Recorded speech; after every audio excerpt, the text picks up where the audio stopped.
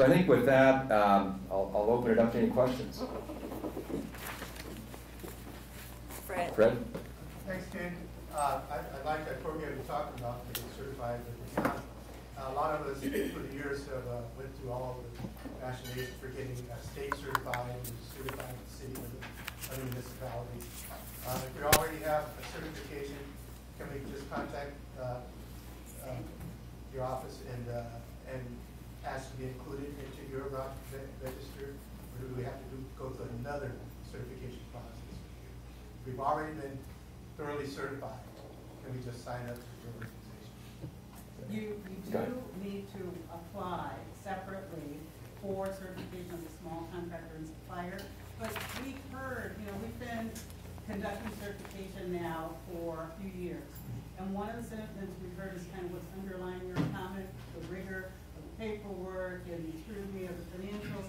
And so we said, oftentimes the applications that we received, the returns that were attached very clearly said, a CPA has prepared my taxes. So what we did is we take the leap and say, if you have had a review by a licensed CPA who is willing to attest to that and give us a notarized affidavit, there is a very quick process where your CPA will attest to the fact that you meet our certification criteria. It's a one-page document. It literally can be done in 24 hours. That's the process. You have a CPA contact. That's an alternative process. Yep. That's the fastest way. Also want to point out, I love that consolidation, but don't forget, Disadvantaged Business Enterprise DBE certification comes through ONWBE. I know there's a lot of certification going on. That's why Fred's comment is so specifically good, because we need to have that certification for the washout projects or some of the sound transit projects, so coordination of that effort. So a little homework on that, but if you do the multiple with both the county and the port, and you still want to get those washout federal highway contract consideration for DBE, we still go back to Office of Women and Business Enterprise. And our co-chair, Frank, Limos on that ad hoc committee, and you know more about that. Thank you, Regina. A quick question. First, great work here, and the numbers we're showing. As you see some of the equity accomplishments and the equity goals, we tend to, when we set goals, to mention women and minority, SCS, women and minority. We seem to break those up to make sure that everyone knows we're trying to address those. But when it comes to reporting numbers, it's just SCS.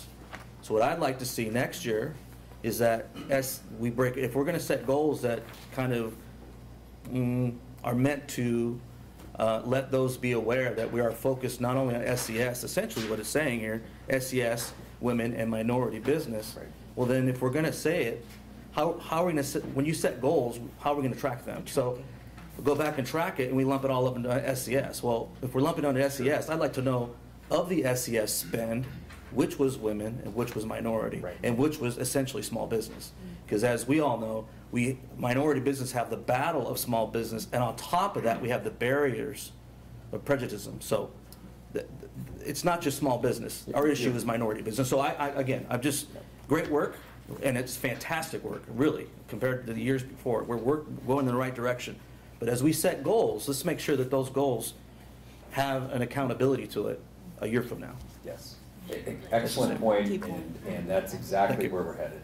Thank you. Thanks for making that comment. Thank you. Quickly, Irene, I do have several contracts with King County for years, and the biggest challenge I have is this: who are the small businesses here that sell supplies? Mr. Okay, 1, 2, 3. The biggest challenge that we have is, hey, everyone is focused to all services, construction companies and all that. We're the left outs of the industry or of the common, group. And my way of advocating for us three is, how can you help us? We are probably all SES, right? The challenge that I have with safety supplies, which we majorly carry, is that I compete with the big players of the region, and they are SCS too. So they get the bigger slice of the pie before a minority woman-owned company who is also SCS is taken into consideration. I need your help. And Sandy. Or is there any person, aside from Sandy, who's in so many, projects, that is really an advocate, a liaison for, minority and small businesses? I'm trying to get a price increase since October. I've not gotten a response yet. Okay. Sandy, you want to meet with Irene afterwards? I know you're Yeah. short on time, so I'll try to be quick. Many of some of the concerns that Irene raised are concerns that we've heard over the years. Some of the things that we're doing now is an attempt to address those. Certainly is not going to satisfy all of the suppliers who are either doing business with King County or have done business with King County. But when you talk about the competition for prime contracts, the accelerator is our means of saying, we've heard you, in terms of trying to compete with the large fishes in the pond. What we've done now is to say, for these types of contracts, and it's on for certain goods as well, so we're talking to suppliers, the pool now has been right-sized, if you will. This is strictly for competition among small suppliers. And so we're trying to level that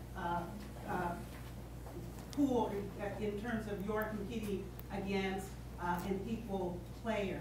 The other is when you talk about, and you and I have talked about this, and it may be a concern for others as well.